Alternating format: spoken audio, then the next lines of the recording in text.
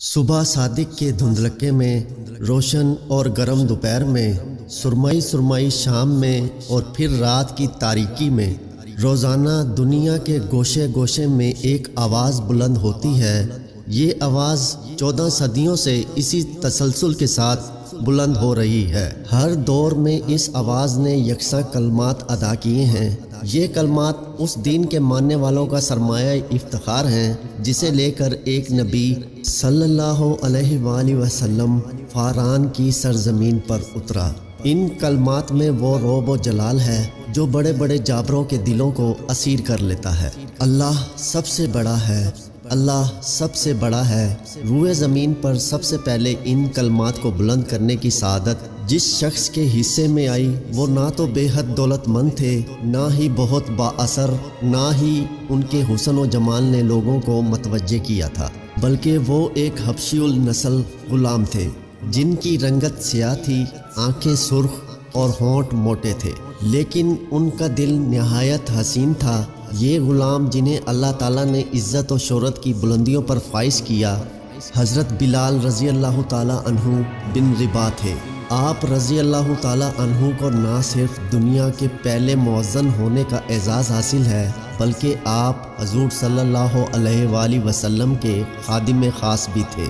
آپ کی خوش نصیبی کا اندازہ اس بات سے لگایا جا سکتا ہے کہ رسول پاک صلی اللہ علیہ وآلہ وسلم نے آپ کے بارے میں ارشاد فرمایا، بلال کس قدر اچھا آدمی ہے، وہ تمام مؤذنوں کا سردار ہے۔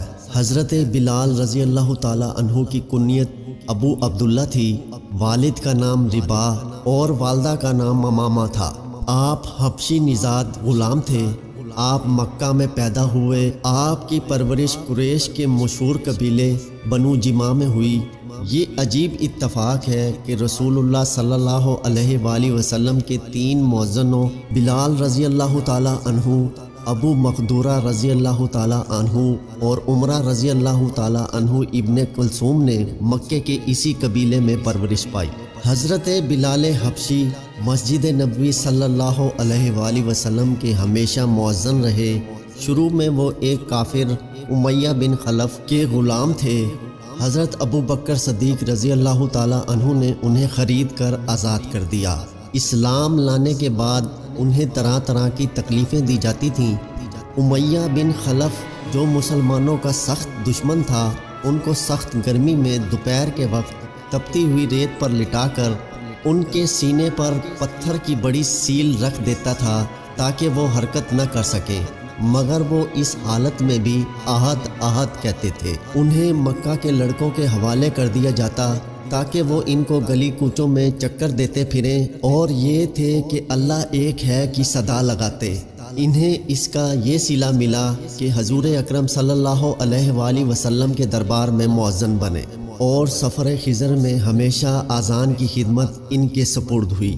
یہ کامل عشق و محبت کا جذبہ تھا جو بلال رضی اللہ تعالیٰ عنہ کو کسی بھی وقت اپنے محبوب آقا سے جدا نہ ہونے دیتا تھا۔ وہ حضور کی ادنا سے ادنا تکلیف بھی برداشت نہ کر سکتے تھے اور ہمتاً خدمت بجا لانے کے لیے تیار رہتے تھے، خواہ حضور اکرم صلی اللہ علیہ وآلہ وسلم انہیں وہ خدمت بجا لانے کا ارشاد فرماتے یا نہ فرما۔ سفر کے دوران میں جب دوپہر میں دھوپ شدت اختیار کر لیتی تو حضرت بلال بغیر کہے رسول اللہ کے سر پر چادر تان دیتے۔ غزوات کے موقعوں پر وہ میدان جنگ سے کچھ دور ایک سائبان کھڑا کر دیتے جہاں سے حضور صلی اللہ علیہ وآلہ وسلم جنگ کا نظارہ کرتے اور مناسب حال ضروری ہدایات دیتے رہتے تھے۔ جب تک جنگ جاری رہتی، بلال رضی اللہ تعالیٰ عنہ برابر میدان جنگ اور حضور صلی اللہ علیہ وآلہ وسلم کے خیمے کے درمیان چکر لگاتے رہتے اور حضور کے احکام اور ضروری ہدایات فوج تک پہنچاتے رہتے۔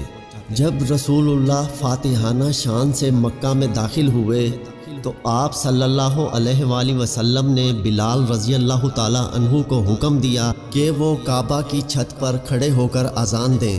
جس وقت حضرت بلال کی آواز بتہائے مکہ میں گونجی اور اشہد ان لا الہ الا اللہ کے الفاظ ان کے منہ سے نکلے تو مشرکین کے دل رنج و الم سے بھیگ گئے۔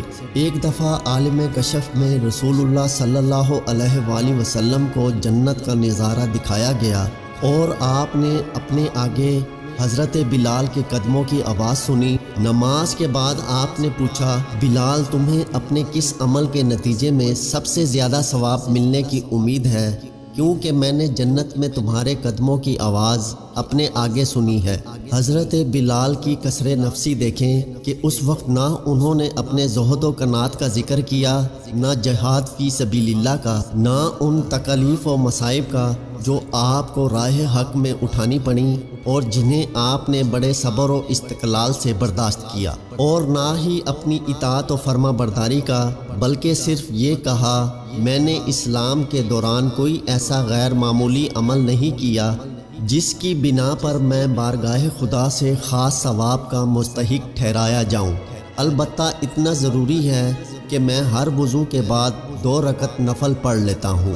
ابتدا میں مسلمانوں کو نماز کے لیے بلانے کی خاطر طبل بجانے کی تجویز بھی تھی۔ آغاز اسلام میں اذان کا وجود نہ تھا۔ مسلمانوں کا قبلہ خانہ کعبہ پایا اور اسلام نے بھی روز افزوں ترقی کرنی شروع کی تو مسلمانوں نے کوئی ایسا طریقہ سوچنا شروع کیا جس سے دور دور تک پھیلے ہوئے لوگوں کو نماز کے لیے اکٹھا کیا جا سکے۔ اذان کا حکم نازل ہونے سے پہلے رسول اکرم صلی اللہ علیہ وآلہ وسلم کا ایک منادی کسی اونچی جگہ پر کھڑے ہو کر بلند آواز سے یہ الفاظ کہتا، الصلاۃ جماعتا، یعنی نماز کھڑے ہونے کا وقت آ گیا ہے۔ یہ آواز سن کر لوگ نماز کے لیے مسجد میں جمع ہو جاتے۔ جب قبلہ بیت المقدس سے ہٹا کر خانہ کعبہ کی جانب کر دیا گیا تو مسلمانوں کو اس امر کا احساس پیدا ہوا کہ کوئی ایسا طریقہ ہونا چاہیے جس سے دور دور کے لوگ بآسانی نماز کے لیے جمع ہو سکیں۔ بعض لوگوں نے کہا کہ اس غرض کے لیے بگل بجانا چاہیے، بعض نے ناقوس بجانے کی صلاح دی، بعض نے کہا کہ کسی بلند ٹیلے پر آگ جلا دینی چاہیے، لیکن کسی بات پر فیصلہ نہ ہو سکا۔ ایک صحابی عبداللہ بن زید خزرجی اسی فکر میں گھر پہنچے۔ گھر والوں نے کھانے کو پوچھا لیکن انہوں نے کھانے سے انکار کر دیا اور کہا کہ رسول اکرم صلی اللہ علیہ وآلہ وسلم کو نماز کے لیے لوگوں کو بلانے کے مسئلے نے پریشان کیا ہوا ہے، میں جب تک اس مسئلے کا کوئی حل تلاش نہ کر لوں کھانا نہ کھاؤں گا۔ رات کو سوتے میں انہوں نے خواب میں اذان کے الفاظ سنے۔ آپ رضی اللہ تعالی عنہ نے دیکھا کہ ایک شخص نے اذان کے الفاظ مسجد کی چھت پر کھڑے ہو کر بلند آواز سے کہے۔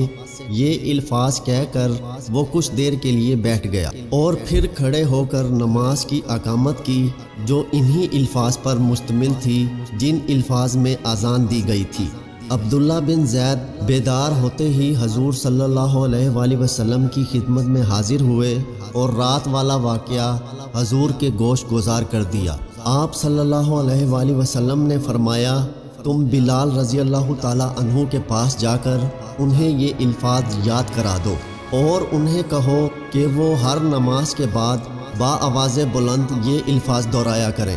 جب پہلی بار حضرت بلال کی زبان سے یہ الفاظ نکل کر مدینہ کی فضا میں گونجے تو پھر حضرت عمر رضی اللہ تعالی عنہ رسول اکرم صلی اللہ علیہ وآلہ وسلم کی خدمت میں حاضر ہوئے اور عرض کیا، یا رسول اللہ، میں نے بھی آج رات خواب میں ایک شخص کو یہی الفاظ کہتے سنا ہے۔ اس طرح اذان کا آغاز ہوا جو تا قیامت جاری رہے۔